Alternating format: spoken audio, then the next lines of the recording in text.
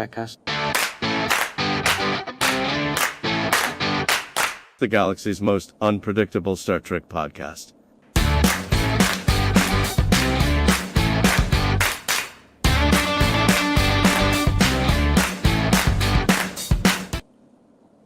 Here we are. Hey. What's going on, everybody? Sorry, I'm typing real quick. Chat is lively this morning. Yeah. Chat is absolutely lively this morning. Yep, So everything over on YouTube. I'm no longer an admiral. I see that. No. As you can see. Yeah, but the funny thing, StreamYard, that's what it's called, right? StreamYard? Yes. StreamYard limits your name to 50 characters. So right. It was supposed to be Dan, son of Pasquale, House of Lombardo, Bane of the Waldo family, Slayer of Carl. But Bane of the Waldo family. I want to know who Carl is, that you slayed him. Well, Carl's a dick. We'll just leave it at that. So Carl's a real person. Carl is a real person. Wow. Nice. So you're going to have to tell us in Vegas. Yeah, someday I will tell you. That one's not going on the air. Sorry. Fair enough. I didn't kill him. He's not dead. He's not dead before, anybody jumps to conclusions. I'm not a murderer. I'm doubting you slayed him with kindness. I metaphorically slayed him. Okay. He insulted my honor. So well, what am I going to do? He must fall. Yeah. What am I going to do? Right. So I when that happens, you must drink blood wine from the skulls of your enemies. So you can't not. What is the equivalent of blood wine for you that you would drink? Probably I'm probably gonna pronounce it wrong, but pineapple Warrito. Okay. Isn't that the Mexican soda? They're called Warritos? Yeah, Warritos. Yeah. Love that Yeah. shit. That is good stuff. That is good stuff. I used to get the cans of that at Walmart every once in a while, but that was back in the day when I would actually go inside of a Walmart, which I do not do anymore. I just get Nobody does. pick up. Yeah. Well, it's funny. It's funny you say that. They keep talking about retail is dead, and I took a drive yesterday with the family, and we went to the Danbury Fair Mall in Danbury, Connecticut, which is like an hour and 15-minute drive from here. And I know malls are supposed to be a thing of the past, but it's winter. There's nothing going on, and I had to get these kids out of the house. And the mall near us is dead. The mall near my parents' house is dead. And I went to the Danbury Mall, hoping for the best and fearing the worst. And I was pleasantly surprised because I would have thought it was 1997. Yeah. In there. There were no vacant stores. There were, parking was a nightmare. I never thought I'd be excited that parking was a nightmare. Yeah. I pulled in and I'm like, oh my God, we're going to have to go all the way to the top of the parking garage. This is going to be great. And, we went in there and there were people everywhere. It was so crowded. And normally I would hate that. But, after seeing, hey, good morning, Trekcasters. After seeing, the death of retail firsthand, to see that, hey, it's not everywhere. There are pockets where it's alive and well.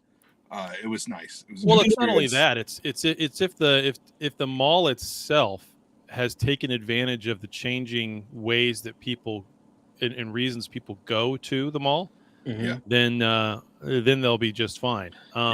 So, but with those that didn't or haven't or refused to, they're dead. Yeah. Or don't have the money to be able to at this point because they're too late. They're dead. I went to several different stores yesterday. I had to run some errands, and same thing over here, man. Parking was a nightmare. They were all packed, more so than I would say during the holiday season. Yeah. I don't know what it was about yesterday, but yeah, people were out. Yep. I mean, the mall near my parents' house, which was a modern 2-story mall cast. Hey, mall rats. But I worked there. Mall rats. Yeah. I worked there in my 20s as a security guard. And I can remember, the holiday season. And, there was a specific way you had to navigate that parking lot. And if you didn't know the secret, and I'll tell you right now, it's counterclockwise. Dude, I'm dying at T-Bear. It's counterclockwise. But if you didn't drive counterclockwise around that mall during the holidays, you were stuck for an hour. And it's just not like that anymore over there. So it was refreshing to see that, it's not dead everywhere. Yeah. And they had a Chick-fil-A. My wife and kids have never had Chick-fil-A, so. All right, cool. I've got to ask this before we get into the news, since we're talking about malls. What is your favorite mall court or food court food? My favorite mall. What's funny is the one I worked at. The Chinese food there was fantastic. The Chinese food was fantastic, and it was great. I worked at that mall off and on for about 8 years, and then even when I didn't work there anymore, I still lived in that town, and I would go there from time to time. And when I was in high school working at Sam Goody, that Chinese restaurant was there, and the kids were toddlers, the kids of the owners, with 50% more mall talk. Yeah. The kids were toddlers, and they were sitting at the back counter with their crayons and their coloring books while mom and dad, ran the restaurant.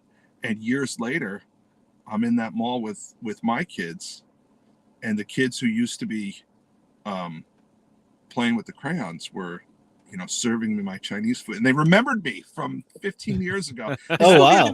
They still gave me the mall discount, even though I hadn't worked there in 15 years. Oh, that's nice of them. So, yeah. No, I mean, everything that is new is old. Everything that's old is new again. That's kind of the way these things go. And I can kind of see that the good malls or the fun malls, the interesting ones anyway, will have plenty of patrons coming to them and spending money because it's fun to go and shop in person every once in a while, right? Time so, I mean, circle.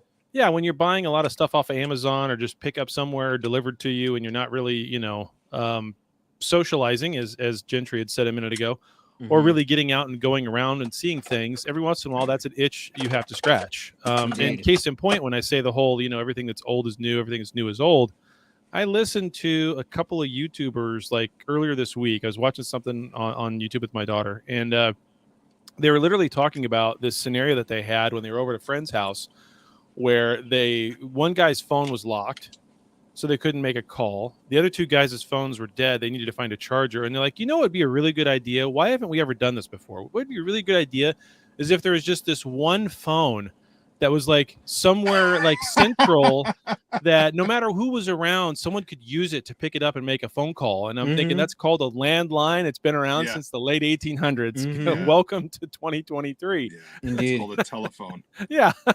I have a joke that I give friends every now and then when they start going off about electric cars and how excited they are about them. I was like, what if we develop a system? It's for just single transportation, but you never have to charge it. You never have to use any petroleum. It's an organic based system. It's a bicycle. We'll call it a horse. Call it a horse. Yeah. Yeah.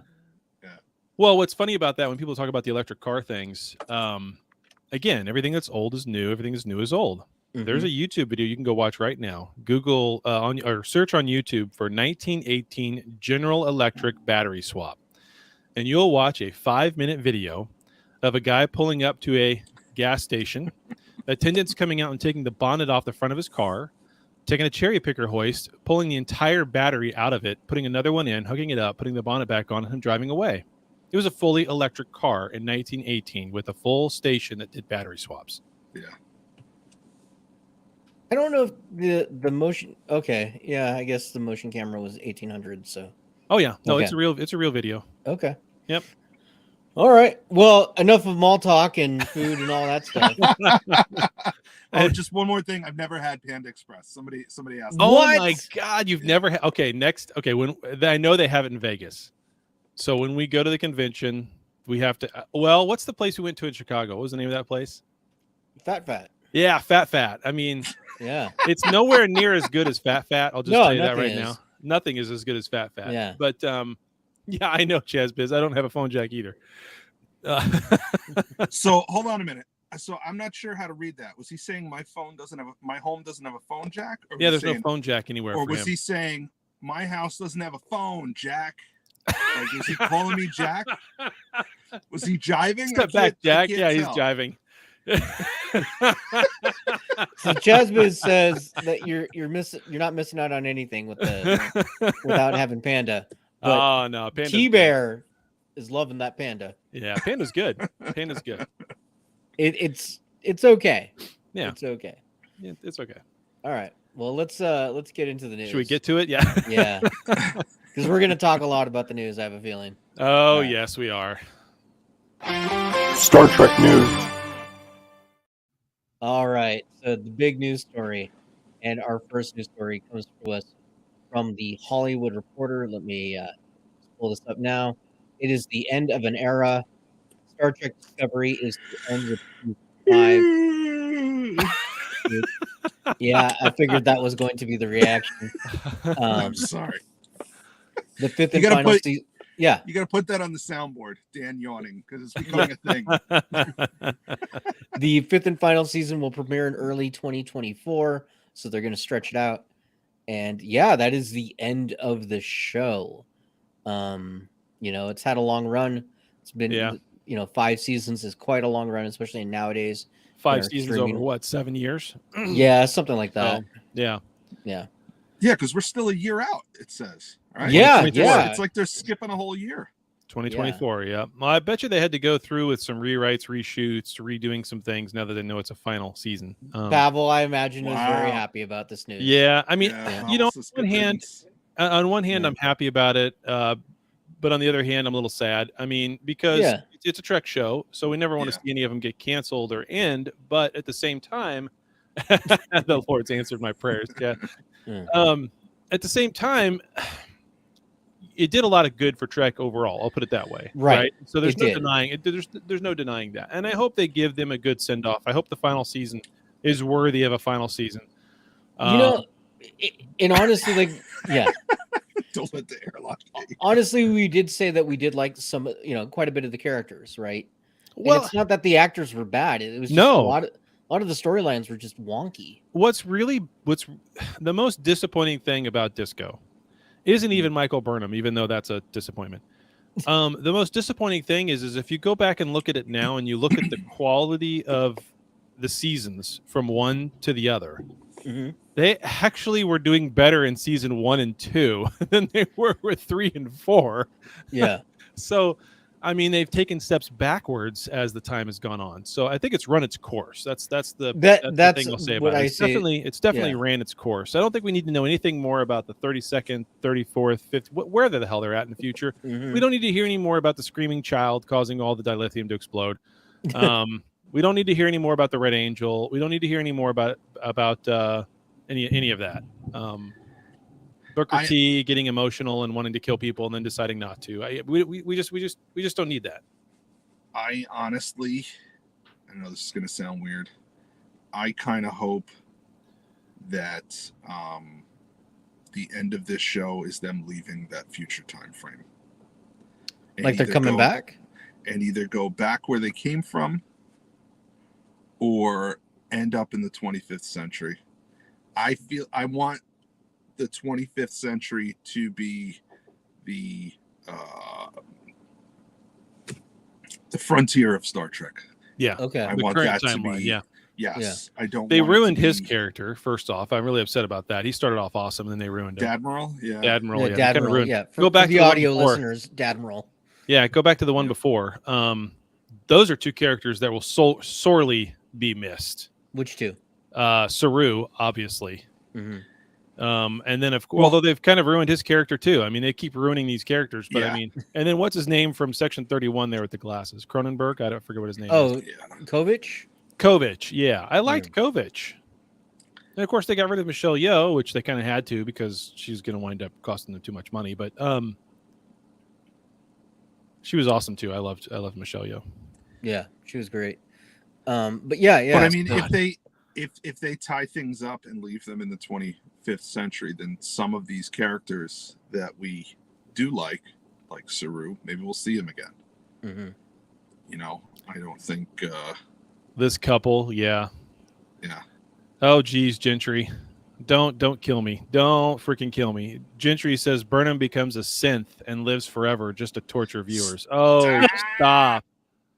Stop. Can we kick him out of the chat for that suggestion? Yep. He's out. He's muted for 5 minutes. Yeah. Changing my name to Slayer of Gentry. There you go.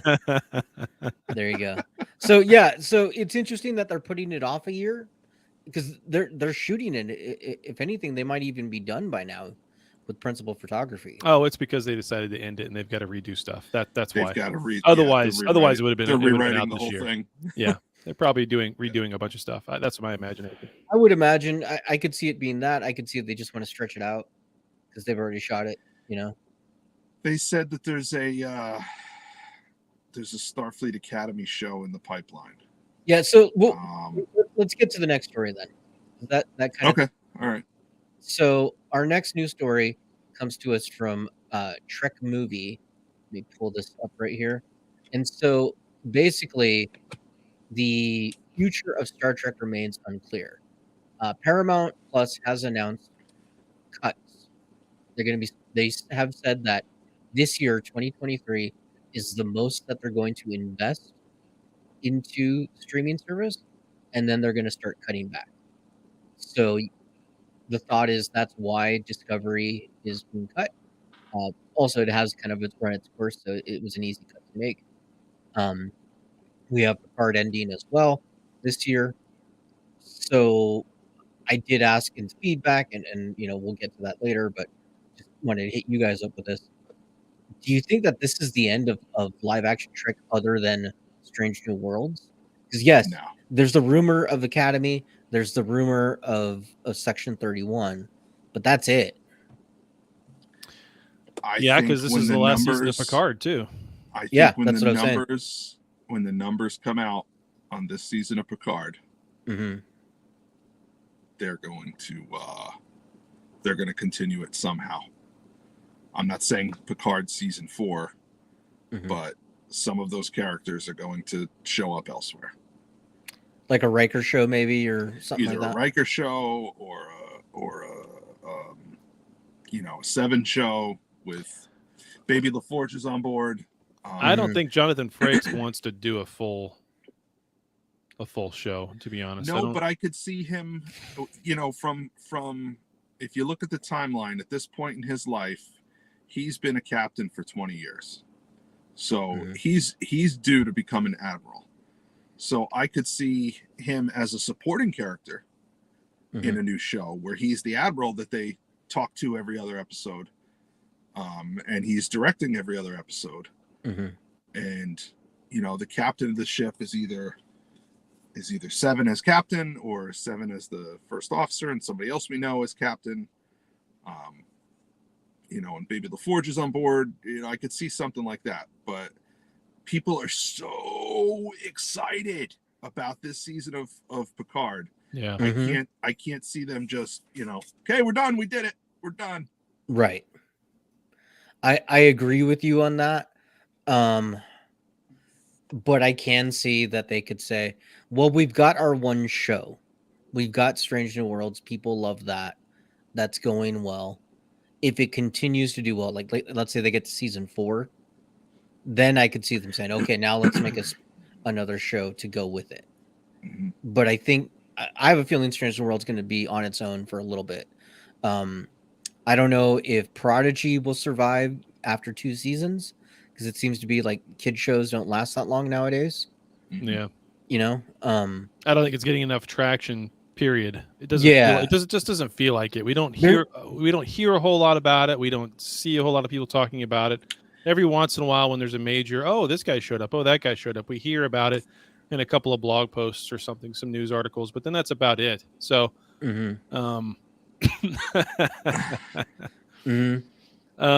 like that Raffi and Worf Prime detectives. Yeah.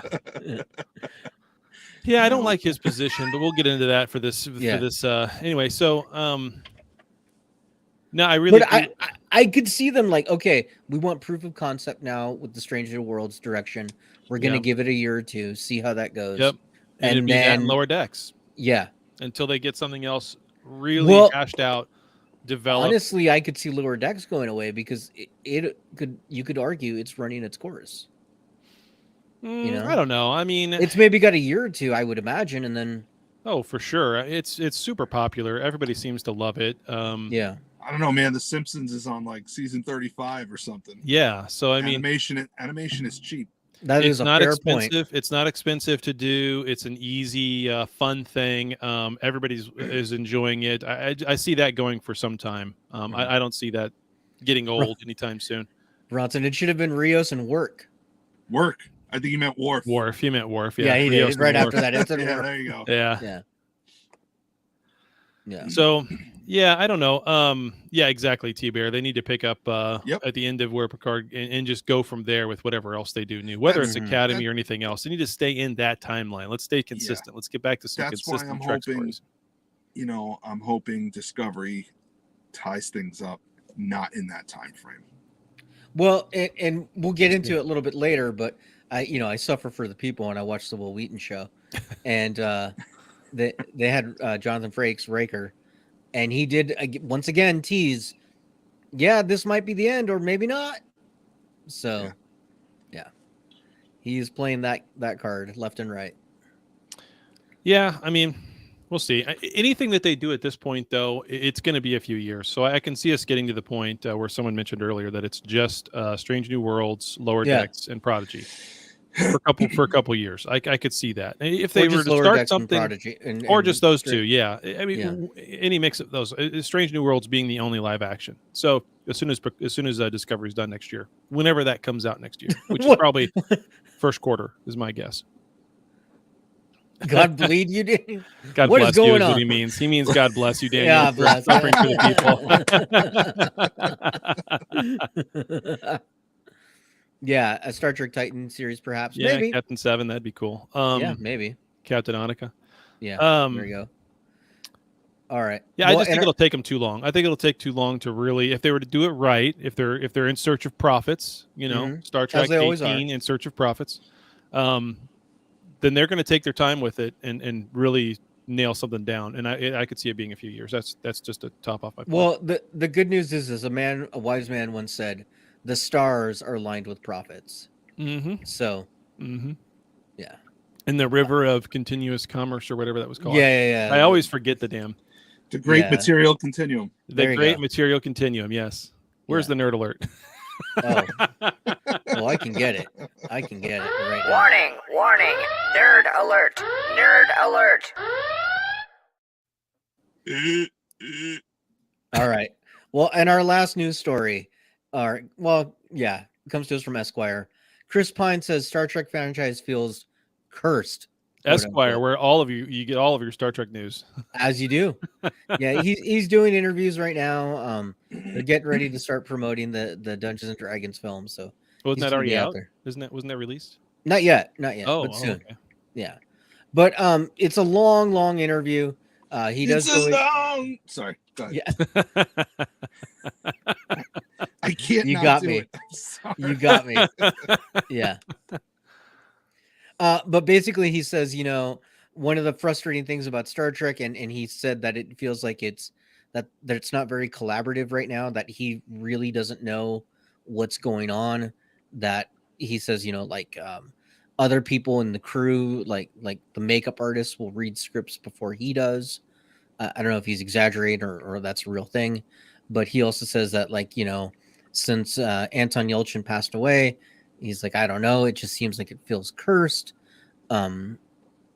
He just seems really frustrated with the whole idea.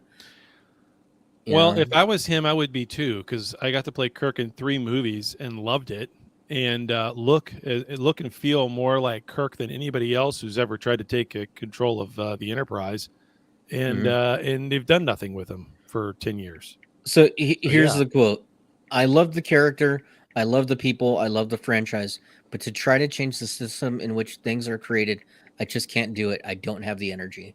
Yeah. So Captain Kirk is at his ends with this thing, I think. So what did you just say? Captain Kirk is at the end with this thing, I think. Yeah. So,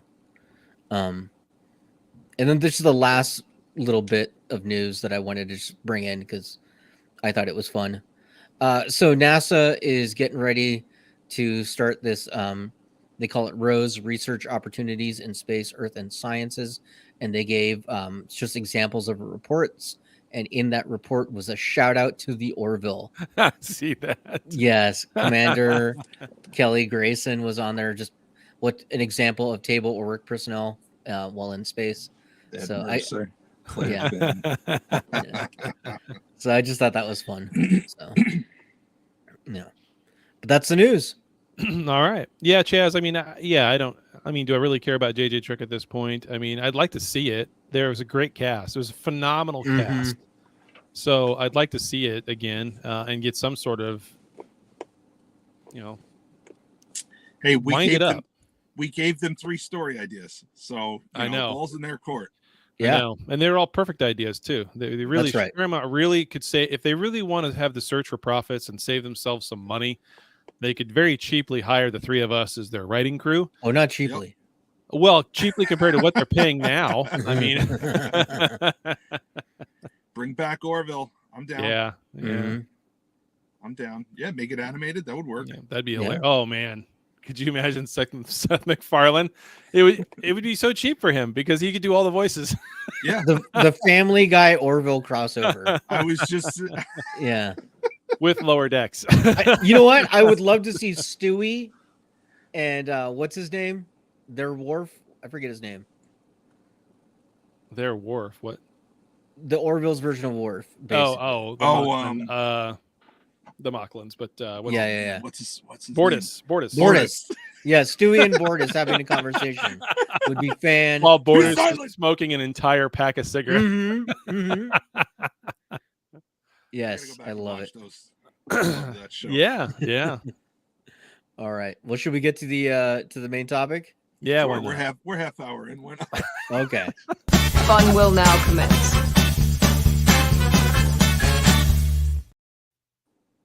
All right, fun now commences. It's our topic. Of course, it is Picard Season 3, Episode 3, 17 Seconds. Premiered last Thursday. Picard grapples with an explosive, life-altering revelation. Obviously, that he's a dad. While the Titan and her crew try to outmaneuver a relentless Vatic in a lethal game of nautical cat and mouse. Meanwhile, Raffi and Worf uncover a nefarious plot from the vengeful enemy Starfleet has long since forgotten. Of course, directed by Jonathan Frakes. And as I said in my first reaction video, if you guys haven't caught those, you need to go to YouTube or I guess they're on our podcast app too, where you can catch our first reactions to each one of these shows when they come out. This episode felt different. It felt a little bit more put together, and the dialogue wasn't quite so bad. And that's all because Jonathan Frakes directed it. It's about damn time. So to me, I could feel the difference. I don't know about you guys, but I certainly could.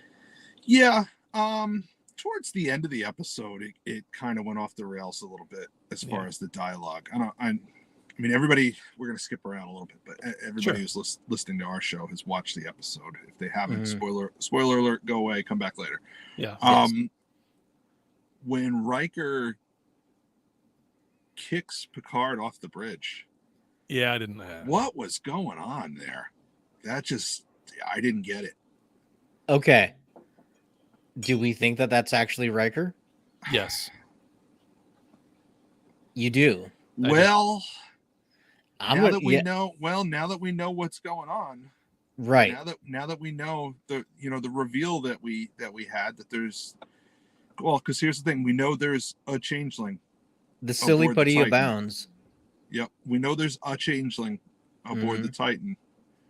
We don't know that there's not 2 changelings. Indeed. Aboard the Titan, or 3 or 4. We don't know that. Well, aren't the changelings like the Sith always there are 2? Yeah, I read that somewhere. Sure. Yeah, that's right. Sure. So yeah, no, that's possible. That's possible that the real Riker is tied up in a closet somewhere. Right. Well, at least he wasn't left kicked to the face by an old admiral. Because the admiral was a bug. I haven't given up on the bugs yet. Really? I have not given up on the bugs yet. I would love to hear as to why. Here's the thing. Okay, We know there's changelings. Okay. We don't know that Vadic is a changeling. Okay. And I don't think she is. No, I wouldn't think she is either, to be honest. I don't think so either, yeah. No. I don't think she's a changeling. A couple of things. She gets so excited and giddy sometimes. Yeah. Okay. So that doesn't strike me as being a changeling. She's also smoking. And changelings, they don't eat, they don't drink, they don't do anything like that. Right. So it just seems very out of character if she's a changeling. I think it'd be hilarious if she's a genetically or just face altered Avorta? Wayun, yeah, Avorta. Yeah, I mean she could be a Vorta. I don't think she's a Vorta because this is basically a terrorist splinter cell from the founders.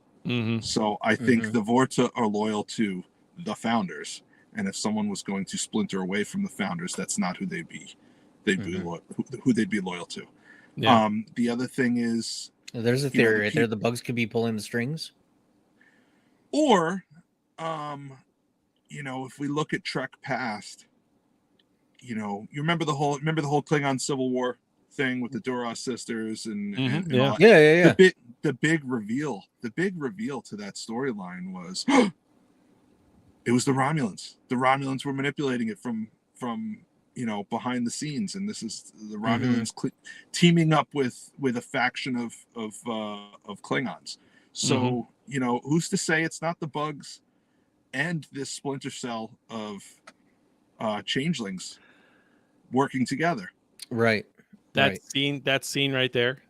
For those of you watching the stream, I don't know if you caught it or not, but look at the glee in Worf's face right there. Yes. He's so freaking happy. Dude, okay. You know what? Let me play this one clip of the Riker interview. I think we'll get an idea of why they're so happy to be together. I think this is the right one. Hold on. Oh, no, that's not it. Okay. Sorry. They all look the same when they're small. That's what she said. Yeah, I know. I know. Yes. Okay. Okay, never mind. You're doing it again. Yeah. I think the bugs are done. I don't think we're going to see the bugs. Yeah, okay, let's move on. Forget it. Yeah. You don't think it's the bugs? No, I don't think it's the bugs. I think it's a complete faction of the changelings. And I said that in my reaction. I think I said changelings twice when I meant to say the bugs are dead. It's not a thing with the bugs, but no, it's definitely changelings. Faction that broke off, not back, connected to the link, the Great Link. I did like the throwback to Odo, without saying Odo's name. Yeah. Man of Honor. I think they could have done something a little bit more with that would have been really nice and touching. They still could. They could use, a video or kind of a garble transmission or something like that where you can see Odo's face without them having to do too much. Ooh, that's a good idea. And hear him talk, and say something to Worf, like a message he had left him or gotten through somehow. And I think that would be good. And maybe even have a little tribute to Renee at the end of the episode. I think that'd be awesome. Yeah. I think they're missing something if they don't do that, but who knows? We'll see what they do. The henchmen are the Breen with new masks. Could be. Yeah, the Breen have always been that weird side villain that never does anything. And they seem like they're overpowered, but then we never hear anything from them. Like it's, I know they're a small contingent. They're not huge, but the Breen are always the baddies back in the background somewhere. Yeah. So let me ask you, how much did you love the titles that Worf gave to himself? Oh, those are great. Yeah. And now I have to ask. Okay, so thinking back to 7 seasons of TNG, there was a reoccurring character who would show up from time to time. And when she did, basically the entire Enterprise D would roll their eyes as soon as she came on board the ship. Do you know who I'm talking about? Oh yeah, yeah. She was the mother of Gianna. Yeah. Yeah. Okay. So Loxana Troy. Mhm. Do you remember how she would refer to herself? Oh man, I know it's a big long thing, but Holder I of the She sacred was- chalice of whatever. Yep. She Yeah. was Loxana Troy, daughter of the fifth house, holder of the sacred chalice of Reeks, heir to the holy rings of Beta Z.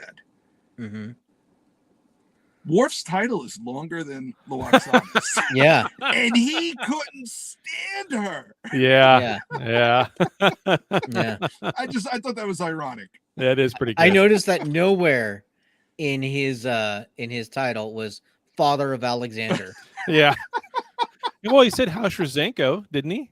Yeah, his Yeah, but step that's parents. referring to his Yeah, father, yeah, that's 'cause it true, was that's son true. of son of Sergei, Yeah, that's true. That's true.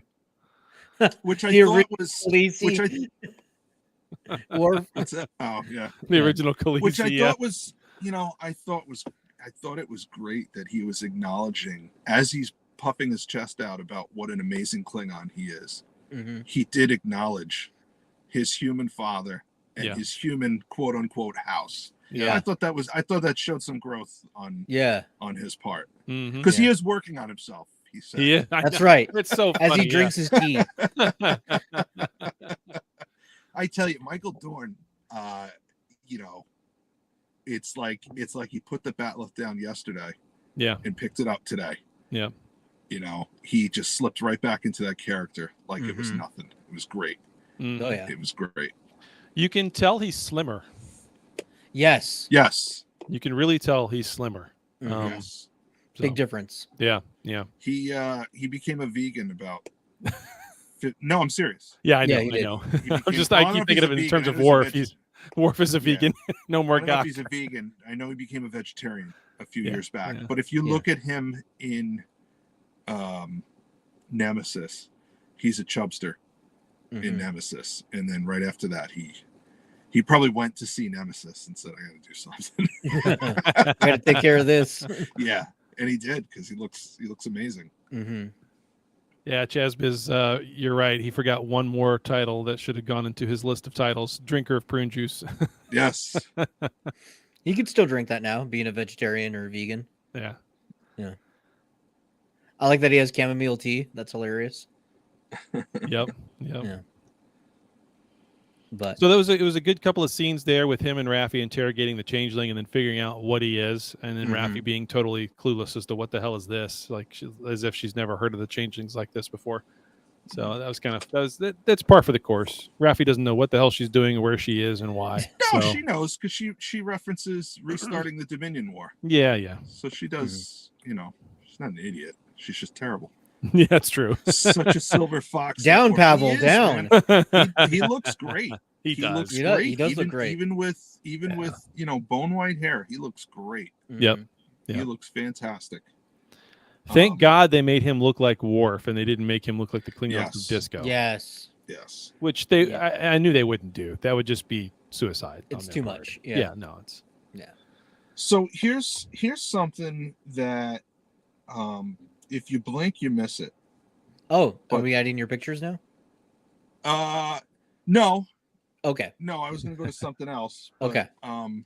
We'll get to that. Okay.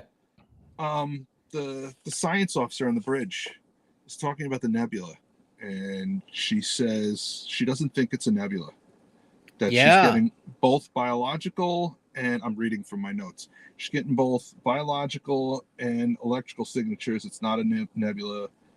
Nothing like it ever reported by Starfleet. And I have in my notes, what is it then? So what do you guys think?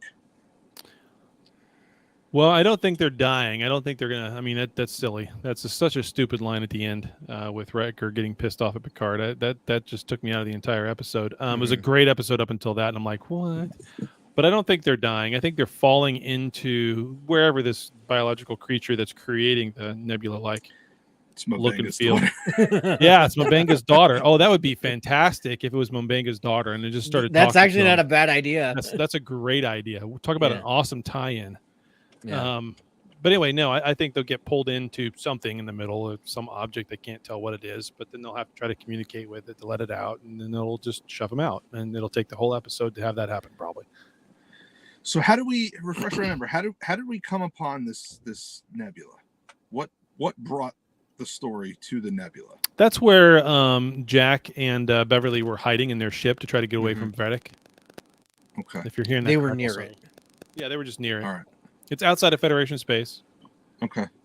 Because So- I'm wondering. All right. So we have. Dan doesn't love to take notes. Yeah, I know. Dan prepared. Yeah, he's loving it. I know. Amazing. I'm emailing pictures to Daniel. I'm like, You're into ready. it, baby. Yeah, I'm into it. Sorry. Mhm. Sorry for bringing my A game. Excuse me. It's amazing. It's amazing what happens when it's an excellent show to review, right? Yeah. Yep. I rewatched it this morning with my phone, so I can take notes for myself. Mhm. Yeah. Okay, good. so we have this splinter group that splintered off from the founders. The founders have the Great Link.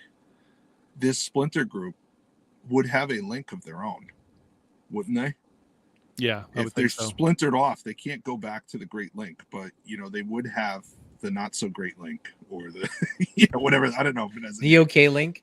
The okay link, the not bad link. Yeah. The missing link. and we know, the missing link. I love that. And we know that they can. Mostly, we see them in solid form and liquid form, Mm-hmm. but we know that they can exist as vapors as well. Odo learned to do that, so they can exist in a gaseous form. So I'm wondering if this is the other link. It's not a nebula; it's the other link. If that's the case, then they're in real trouble. And that's why there's both biological and electrical signatures coming from it. If it is their other link, then my prediction on that end of it, if that's the way it goes, would be that the Titan, along with everybody on that ship, doesn't get out of this thing until almost the end of the season. Yeah. Oh, they're just stuck there for a while. I don't know. My bigger question is, okay, they're after some sort of weapon at Daystrom, right? Yeah. That's a thing. I mean, that's lore, right? They're after lore or B4. I don't think they're necessarily after. I think they get that as a byproduct. Mm-hmm. No, see, that would be hilarious if the nebula is the cousin of the wormhole and the prophets are in there, and all of a sudden we see the Cisco. What was the bad ones? The Paw Wraiths. Yeah, the Paw Wraiths. Yeah. Yeah. I want to see the Cisco pop out and just be like, "What is all the noise out here?" Yeah. Like, Go he's away. Old. He's old. He's cranky. He just wants to be left alone. Yep. Yeah. That'd be great. No, I think it's just some other alien. My prediction there is it's just some other alien entity. It's whatever, and it takes them the next episode to get out of it. I just can't imagine them saying it's the link and that's where the changelings are, and then because then they'd have to be stuck there almost the entire season. That'd suck. Yeah. We're going to be on episode 4, which is almost halfway in. So, but anyway, they need to get out because they need to get to like Geordi and Deanna. Like, they need to pick up Worf and Raffi somehow. They need to come together, right? So I mean, they need to get out of it. I think Geordi is coming to them. Oh, could be. I think Geordi. His daughter is on that ship.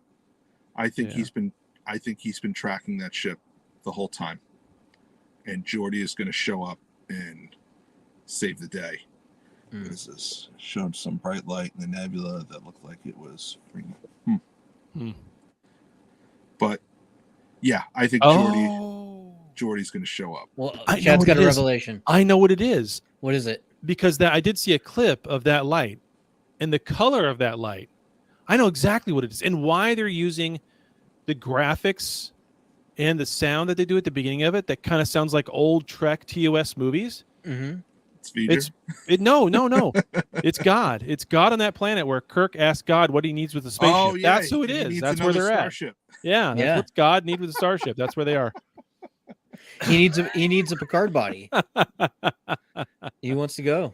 He wants to walk around. It fits though. It totally fits. It's an entity like that. Probably it's some sort of creature like that. But anyway, what was the other thing I was going to bring up too about this episode that was kind of interesting? Not just that. I did find these scenes with Beverly in medical where the chief medical officer is completely inept at her job, but also putting down Crusher. Yeah. Like, I mean, she's a Trill, for crying out loud. Where does she just get that body? I don't know. I don't understand how they could play her off as being that incompetent and then not letting. She would have to know who Beverly Crusher is. Come on. Yeah. So I don't know. It was an interesting thing. And then, of course, oh no, you can't even scan for internal bleeding. Yeah. You dummies. I mean, what the hell? So, and I didn't like how Shaw just gave up command instantly to Riker like that. Shaw is such a weird captain to me. The way they're painting him, he's so odd. He didn't give up command. He got injured. He got injured. He has no first officer, and he knows that the most competent person on that ship to lead it after him is Will Riker.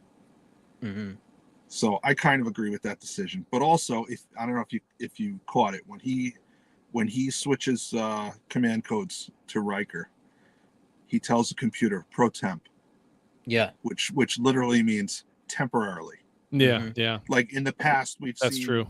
We've seen, when they switch command, it's, they tell the computer switch all the command codes to this person, and now that person's the captain. And unless he transfers it back, unless Jellicoe transferred it back to Picard, or there was an admiral there to transfer it back to Picard, it's Jellicoe's ship. Mm-hmm. But the way he did it, he stipulated pro temp. So the minute he walks back on the bridge and says, "Computer, I have the bridge again. I'm in command." Boop, it all goes back to him. Right. So I can see it. Yeah. I mean, who was he going to give command to? Seven's locked up in her quarters. He doesn't trust her. That's a good point. See, and this is why I think Riker is not Riker. It's a good dramatic scene to finally get him on the bridge so he can release the command codes and they can get it back and then move on. Yeah, I don't know. Because they're also writing yourself into a corner, I'm considering this whole Riker is not Riker thing, and I'm thinking to myself, well, when did he stop being Riker? When was he replaced? I think from day one that we've seen him in the season. Now that I'm thinking it, the marital issues with Troy. Because here's the thing. Okay.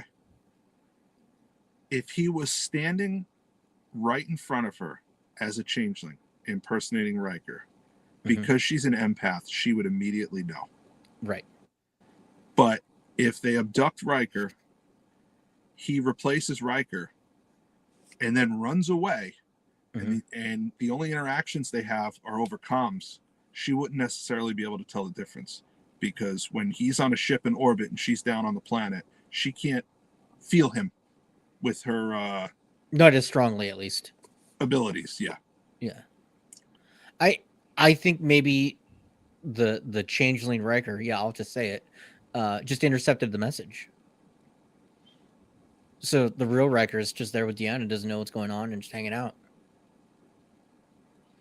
Yeah, that's possible as well, and that's why Riker said it so quickly and abruptly in his conversations with Picard. So that Picard wouldn't try to go make a connection or try to call or ask or see what's going on, right? Just two bros doing their thing.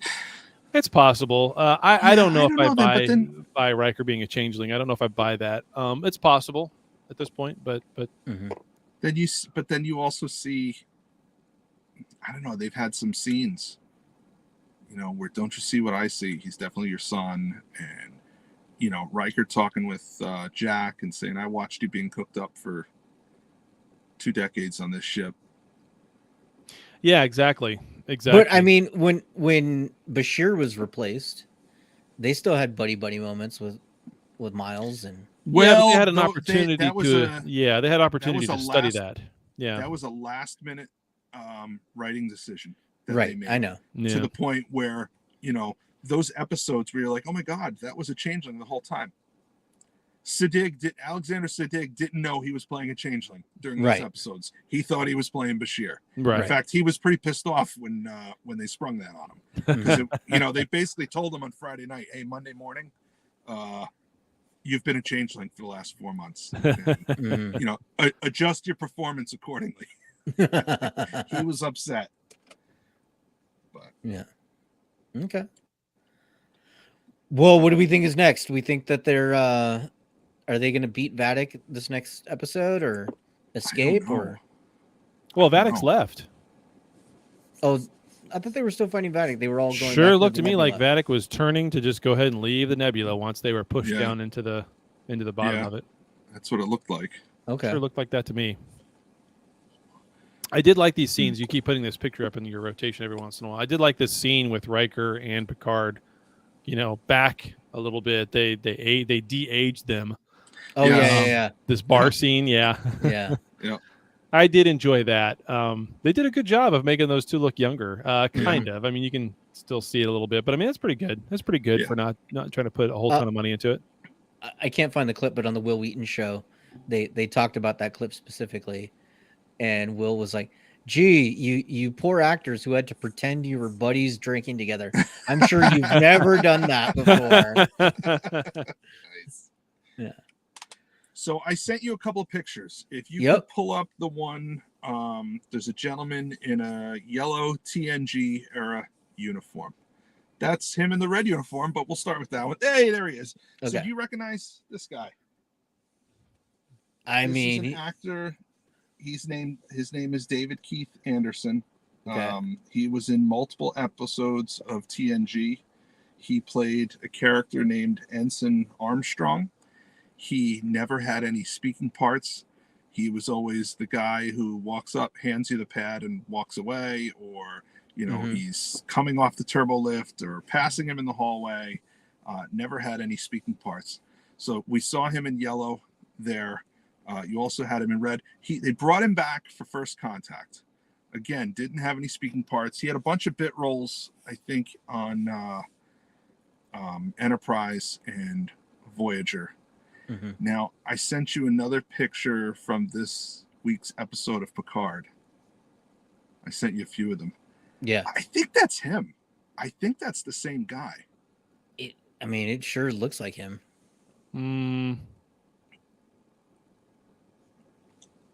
Boy, I couldn't find. If so, that's a pretty interesting. Like what? Huh? I don't know. That's close. It's close for sure. All these background characters. No, not going back and look. I don't know. Maybe. All these non-speaking role background characters on TNG. If you go back and watch the TNG movies, they're all there. They brought them over. What did you say his name was? His real name? His real name is David Keith Anderson. I could not find on his IMDb. I could not find a reference to Picard. But I mean, it came out 3 days ago, so who knows? Yeah. It might be there next week.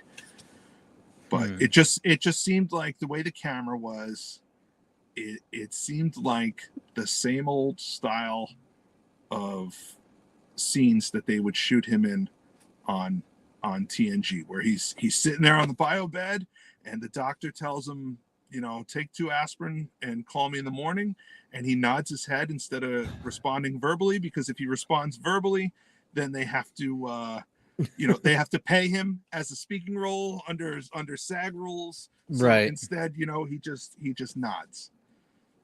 So, Tracy that's Lee one hell Coco. of a. That's one. Tracy hell of Lee a, Coco played. She played Ensign J, I think is her name, Jae, and she's another one of these characters that was always in the background. She was sitting on the couch next to Picard when Data was singing his poetry about Spot, but never had a speaking role. She was on the bridge of the Enterprise D when it crashed in Generations. So they've done this before, where they've taken these non-speaking characters and carried them through the movies. Daniel, I don't think anything has ever screamed for nerd alert harder than this catch. I know. Warning, nerd alert. Sorry, I was all Googling trying to find David Keith Anderson. But that was an excellent catch by Dan, son of Pascal, House Lombardo, Slayer of Carl. Indeed. Heir to the holy rings of Beta Z. You gotta have that, heir to the holy rings of Beta Z. What was the other one? The Chalice of Reeks. No. The one you came up with but couldn't fit in your name. The something with my last name. What was it? The hater. Bane of House Waldo. Yeah. Exactly. So I'm probably going to put those pictures up in the group and see who agrees. It's if it's not him, boy oh boy, did they do some Very typecasting similar. of somebody who looks just like him at that age, because it's pretty close. It's really close. So from the and that's the other thing too with age, it's hard to tell the difference. So true. But in different angles and all that, but no, it sure as hell looks like him. If it's not, then they found somebody to look like him on purpose. Like that's well, and you know what? Terry Matalas, the showrunner, was a production guy in TNG, right? He would have worked with these people just behind the scenes. Yeah. There's even they mentioned it in Picard. They go to the Matalas planet. Yep. That was named after him that they used in TNG. Yeah. Because he was just a dorky kid. I think it was Enterprise where they used it. Yeah, when they first used it. But it was all named after him. So Yep. Well, it's just like the one of the alien races, they named the alien race after the makeup artist that created it, I believe, on this current season 2. Oh yeah. You know, the Jeffries tubes are named after Matt Jeffries, who designed the original Enterprise. So I mean, there's a lot of this stuff. Yeah. That's just what they do, which is cool. All right. Well, should we get to feedback? Yeah. We can, but I mean, do we want to talk about Mandalorian at all? Oh, did you guys watch it? Sure. Yeah, I watched it. Yeah, we'll go quick. Yeah, it'll be quick, I'm sure. Yeah. What was your guys' thoughts on it? They pulled a Batman 89. Do you know what I'm talking about? No, what are you talking about? Tell me. When you watch the opening scene of Batman 1989, there's a man and his wife. Oh, yes.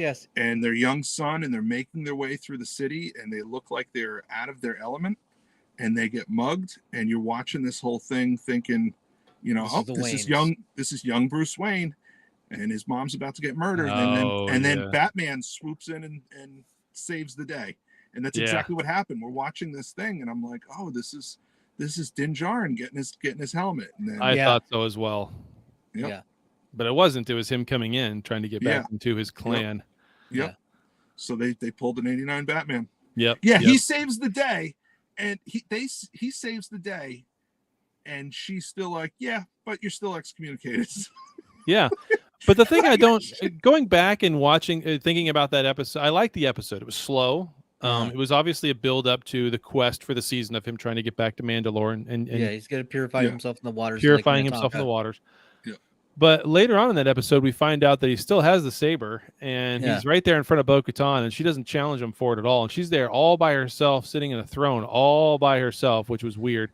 Because no one wants to follow her anymore. Yeah, no one would follow her. Yeah, but I don't know why she's still there then. But the thing of go back to the beginning episode, the beginning scene after he saves everybody and comes in and kills that alligator. Why doesn't he pull out the saber in front of that lady there? Yeah, doesn't matter. She knows he has it. She doesn't care. She does know he has it. Okay, yeah, because he won't claim the authority with it. Here's the thing: even if Bo-Katan were to, fight him for it. Well, A, there's no one there to witness her defeat him in battle. Right. And B, even if she did defeat him in battle, no one would buy it because it's known that he just offered it to her. Right. Yeah, that's true. So no one would ever buy it. That could be possibly why he's double disgraced, really, honestly, because he didn't want to hold up. He broke the traditions of his clan, taking off his helmet, but he also isn't willing to treat the saber the way he's supposed to. So I think what he's going to do, he is going to bathe in the waters of Mandalore and redeem himself, and then he's going to unite these two factions.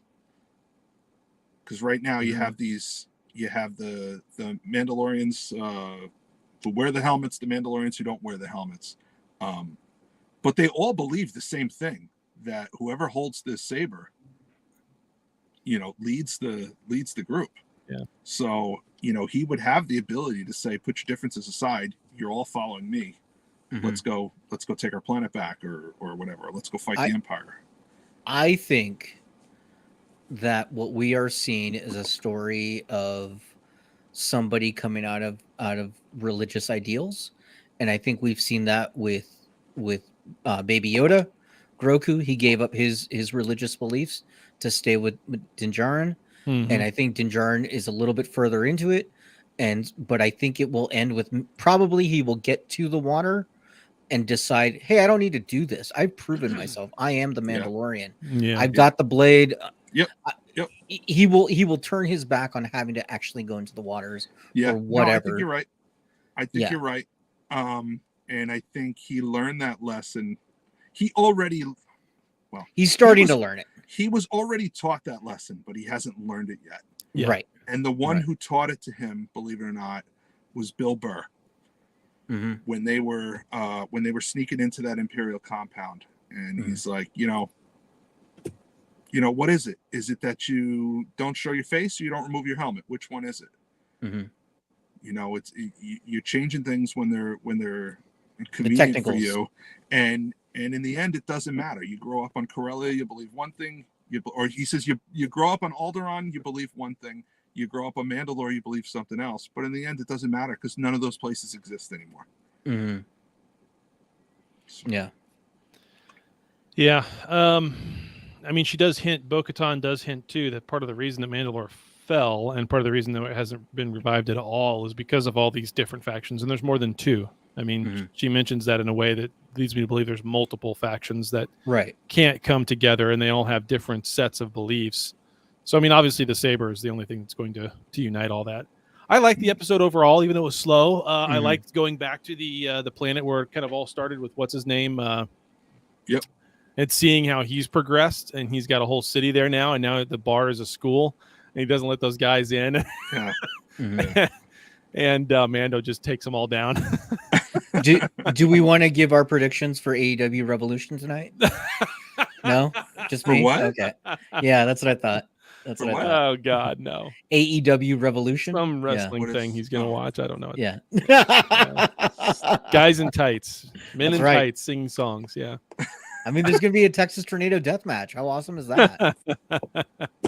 Okay. Again, these are words in English. I don't understand the meanings. All right, let's get to feedback. Yeah. Open hailing frequencies. Hey! Frequencies open, sir. Hey. And it's time for feedback, where we, of course, have someone come on to the show. Make sure you X up wherever you're listening right now, live on YouTube, Twitch, wherever. Pavel was the first one to put the X up, so there you go, Daniel. Yeah, I will get to that. But we did have a voicemail, right? So we do. You sent me the email on it. Would you like me to play that first? Yeah, let's do that first. Okay, here it is. And this is the one from Tim, right? Mm-hmm. Okay. Let me go pull it up. Here we are. Should be playing. It's loading. Good morning, Trek fans. This is Tim from the sunny south coast of England again. Look, I promise what I'm going to do now is I'm going to try and send any voice recordings on the Friday or Saturday while you boys are still sleeping, so that it gets onto your show and is relevant. Still haven't worked out how to call you guys free of charge using the Tinternet, but I'll work it out eventually. I really enjoyed Picard episode 2, season 3. And in particular, I don't know if anybody else noticed, but I thought the character of Picard himself was far more Picard-esque than previously. Yes. In fact, when he was in the cell with Jack Crusher, I saw old Picard projecting his voice, looking authoritarian, and coming across bit younger than he has done, but unfortunately he couldn't do it for long because his voice sort of came back to that quite quickly.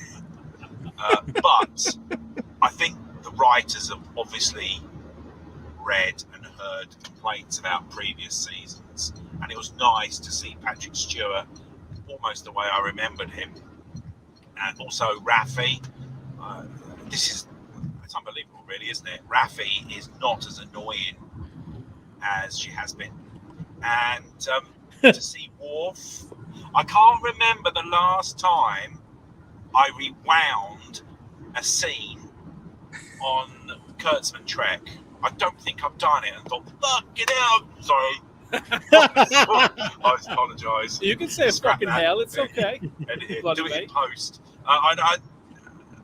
To see, I had to rewind it and watch it again, and hopefully we'll see some more badass Worf, because we like to see that, don't we? Anyway, look, I've been going on for far too long. I do apologise for my bad language. I don't often do it. Language. I'll try to keep it to a minimum. All right, boys. Speak to you soon. Cheers. Take care. Love you. No homo.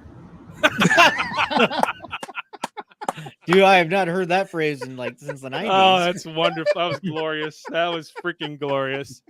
I love it. Yeah. We love you too, buddy. Thanks for calling. Yes, Call that's anytime. Anytime. Very manly love. Yeah, you can just record that and send the email. That's fine. The way you're doing it's great. If you're not Yeah, able to that'll call work, our phone man. number, then please do that. That's fine. Yeah. That works.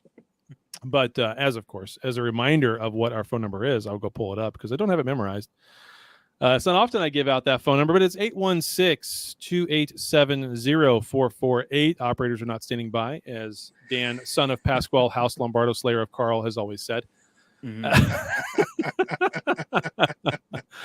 So, yeah, make sure to like and subscribe. But you can always record stuff and send it to us, and we'll happily play it on the show. Thank you, Tim, for reaching out to us. That's glorious. We love it. Good stuff. Yes, absolutely. We also have Hipster Spock, so let's bring him in. There we go. Caller, you're on the phone. Hello. Hey, Hello. buddy. What's up, buddy? All right. So a couple of things.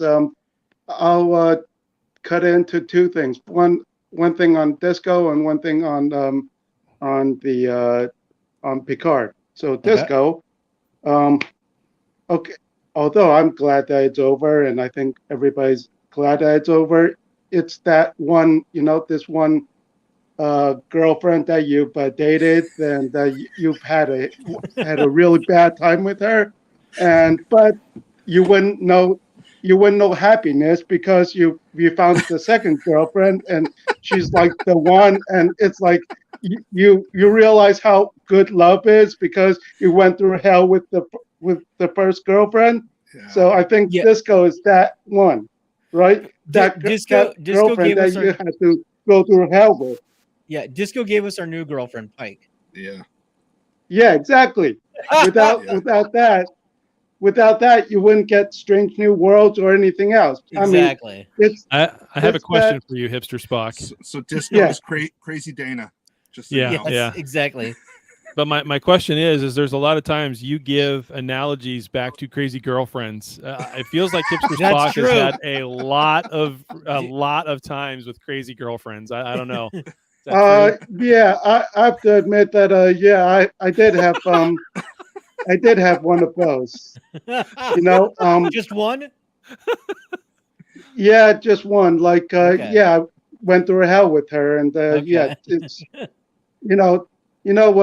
in How I Met Your Mother, Barney Stinson had this chart with a crazy hot thing. Yeah.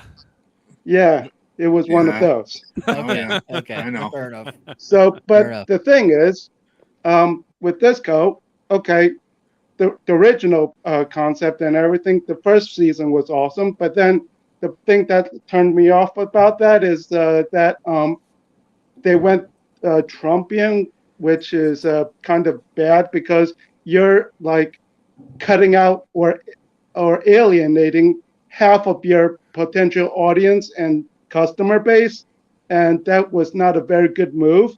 And so don't do that again, Star Trek. Just tell really good stories. Isn't it amazing that we almost all universally refer back to the first season of Disco as being good now compared to everything else? Yeah. I mean, like, I don't know if we all do, but I mean, like, it's definitely hindsight now that it's definitely better.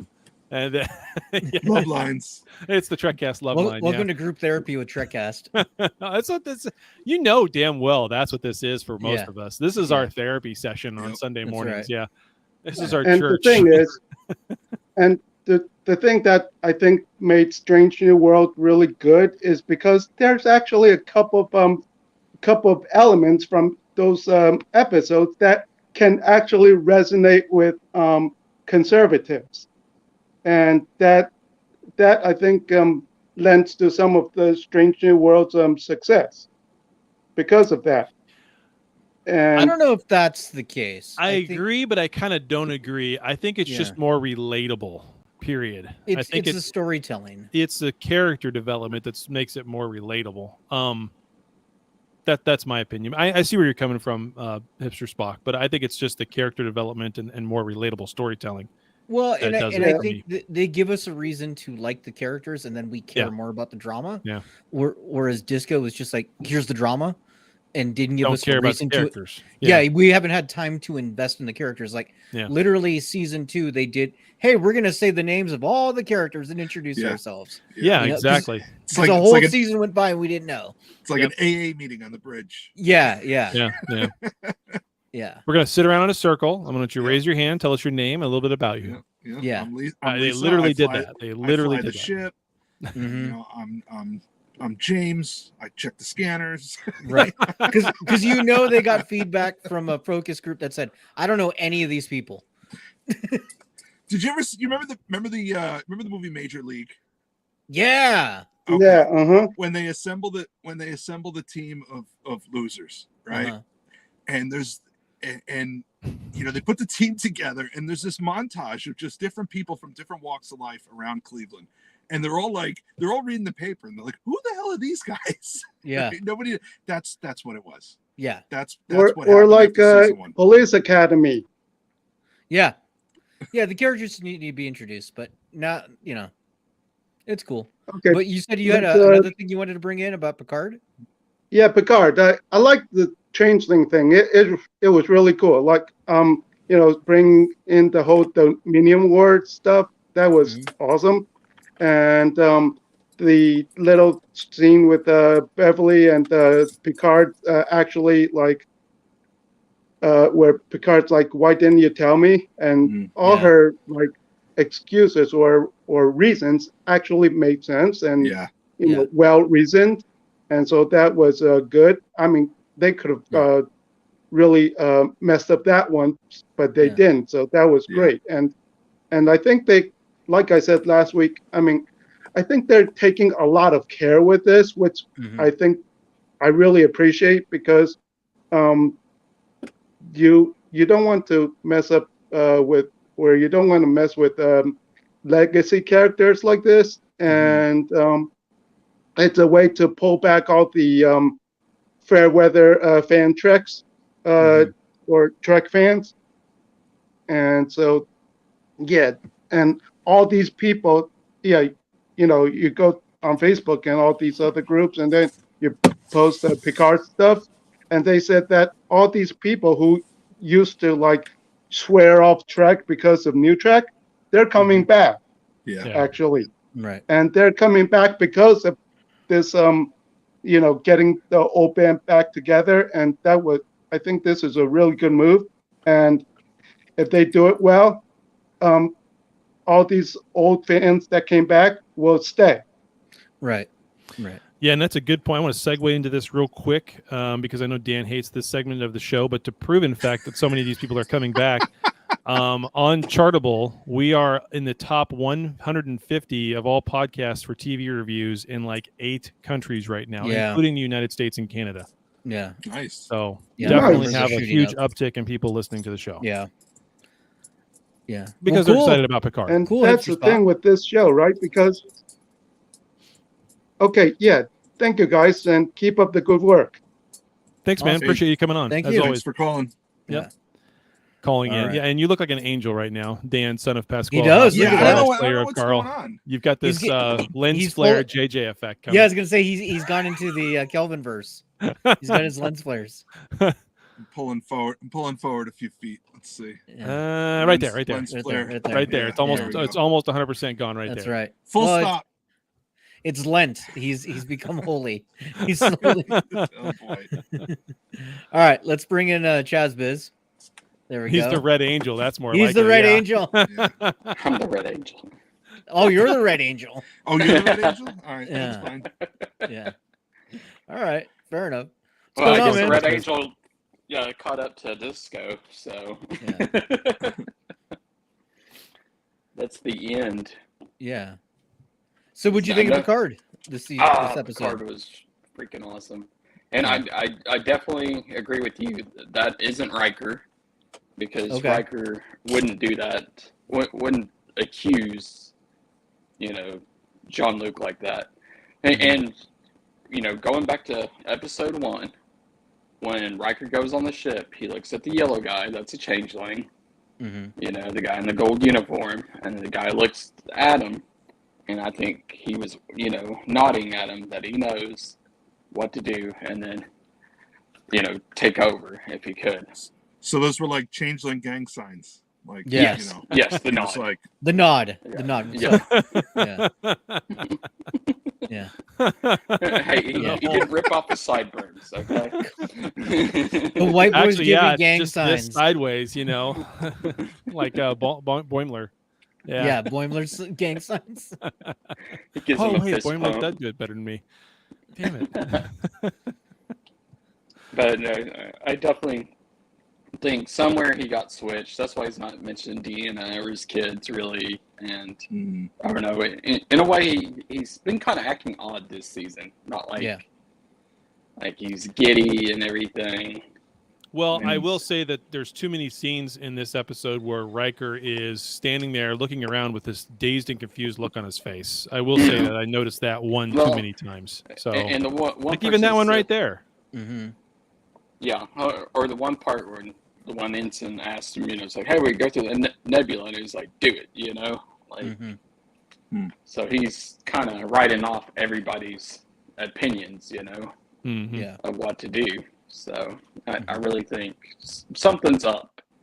And then I think old smoker lady, I think she's a changeling.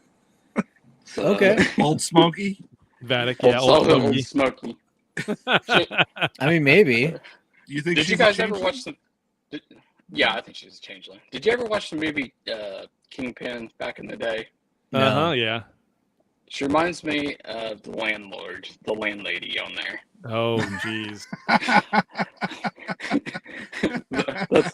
That's how disgusting she looks. Yeah.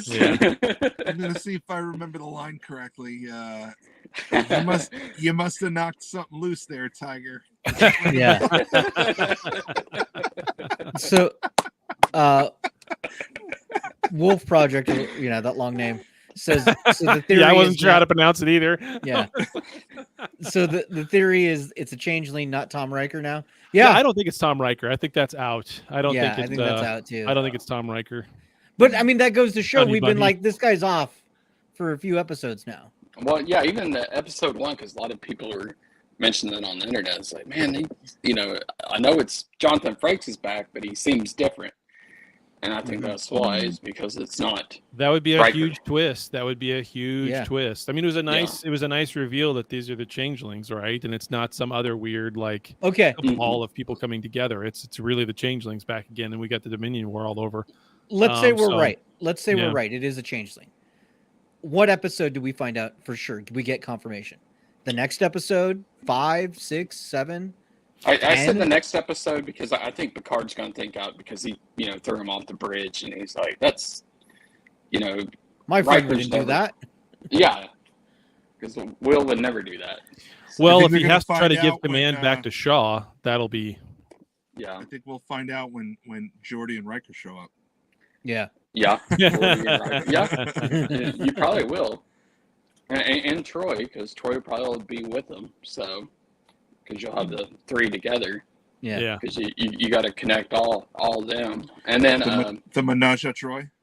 Yeah. And plus she's an empath, and she would probably work pretty good on changelings, being an empath. Yep. So, yeah. Spock brings up a good point, though, by the way, that Worf is the only one that can handle Raffaello. We didn't mention that yet, that he calls her Raffaello instead of Raffaella. Raffaella, yeah. Yeah, Raffaello. Do you remember, I can't believe I never put this together until now. Do you remember the first Federation planet that fell during the Dominion War? Oh. Wolf 359? No, that's the Borg. No, it was Beta Z. That's right. And the reason is because an empath would be able to tell Yeah. That's not a human. That is a changeling posing as a human. Holy shit, that was like 1997, and I just put that together now. Yeah, that makes sense. You know, I'm handing in my Trek card. Hold on, let me. Where's the nerd alert? Warning, nerd alert. Played that a lot this episode. Yes. But yeah, I mean, think about it, because you have empath, and one thing is, I know they're bringing back Moriarty at the end of the season. Mm-hmm. What are they going to do with him? Are they going to launch him as a virus on her ship or something? Yeah, I don't see how Moriarty and lore fit into this yet. I really don't. Other than we don't even Daystrom know. Institutes, yeah. We don't even know that it's them now. Now that we know there's changelings involved, we don't know if that's Moriarty. We don't know if that's Lore. That could be a changeling. It could be a changeling dressed as Moriarty or Lore. Could you slur that anymore? Nah. It's early over here. It is for you, yeah. Yeah. What's in that cup, Daniel? Yeah, he did take his pills a little bit ago. Yeah, I He's did. feeling pretty good. I feel great. Yeah. All right. Hey, one thing is, I'm excited. You know, think about this. We're talking more about Star Trek than The Mandalorian. Yeah. 2 years ago, it would have been the opposite. flipped. Yep. We'd be talking about the whole Mandalorian episode. Well, it's because we didn't have Disco to talk about, so we wouldn't. Yeah. Well, season 2 of Picard.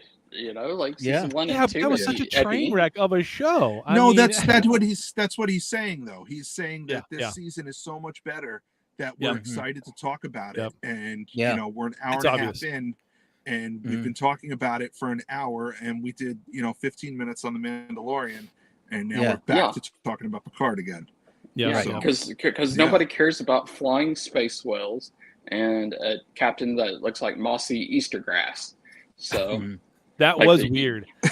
Yes. That was weird. They gave me vibes of, did they have some CGI left over from Pirates of the Caribbean that they could just easily quickly use for him? Well, I don't understand what that it looked all like about. they, like when you have your little Easter bunny basket that your mom would give you, and you put little Easter grass. That's what he looked like. Yeah. I thought that was weird, but I did like the space whales in hyperspace, because that's a thing. Like, you can get eaten by those guys. So I watched Rebels, and I think the big baddie this season on there is going to be Thrawn. So if you see the space whales, I bet Thrawn's coming back, and that's going to be the big bad for Mando. Oh, you're talking about Mandalorian. Yeah. All right. There is space whales on Discovery. I forgot about that too. Yeah. Because we had one encounter with the space whale. So what was the thing that they had to transport into don't the? ruin it for us, okay? That's right. Don't ruin it. Hey, that was actually probably one of my favorite conversation episodes. here. Having a nice conversation here, and you got to bring up Disco and the Spurs. Just stop, okay? Yeah, hey, that was a good episode, because he had like the time, like Turner, like it would stop time and then go back. You know what I mean? Yeah, The time crystal. So because remember, it was No, blood. it's- He took over the ship, and he kept on repeating over and time. over. Yes. That was actually a fun episode, because it was like old Trek, where you'd have one singular episode that doesn't have to be with the main story arc, and it was actually kind of fun. Hey, since we got the changelings in here, what's the likelihood that we get Jeffrey Combs popping up? Oh my God! Please, if we God. get a weigh in, like Yeah, because it's just makeup, right? It doesn't matter that he's older. Please. dude, if they brought back like an old, like original Wayne, he's all gray headed now, and well, canon, there are no more Waynes. That was right. But they could clone him. No, that was the whole. That was the whole thing. Is that he was the last but I guarantee you they could do something. He's like, they got a Wayung lying around somewhere. They go pull the DNA. Now, here's the thing about the Vorta, right? They don't live very long, right? They're clones. They grow really fast to adulthood. They do their job for they grow in trees 10 years. like They die. Yeah, exactly. So they're quick and they're through, and they have multiple clones. So they could have his DNA lying around, but they could maybe not have enough of it to really do the full Vorta, and so that's why he might look like an old one or a misshaped one or whatever. But they could certainly use Jeffrey Combs as a Vortex. Or no problem. Or the other theory I've seen floating around that really what they're after in the Daystrom Institute is that like wall of AI, including the Jeffrey Combs computer Peanut Hamper. Yeah. Hey, what if these guys are like a new form of the Jim Hadar or whatever that's on that ship? Well, that's my theory as to why they want Lore. Even Lore is going to replace the Jim Hadar. They Yeah. want an army of those androids. No, yeah, they could do that. But I was wondering about those little guys on the ship. Like, are they something kind of like the Jim Hadar because they have those little masks on, and you really don't see who they are. I'd like to see. But they don't talk like the Jim Hadar, right? They've got the clicking noises like they're insects. Yeah. So they could be the insects from what's that planet that has the 7 races from Enterprise? The Xindi. Yeah, they could be a Xindi race. Yeah. Xindi. Yeah. I just thought they were from Cleveland.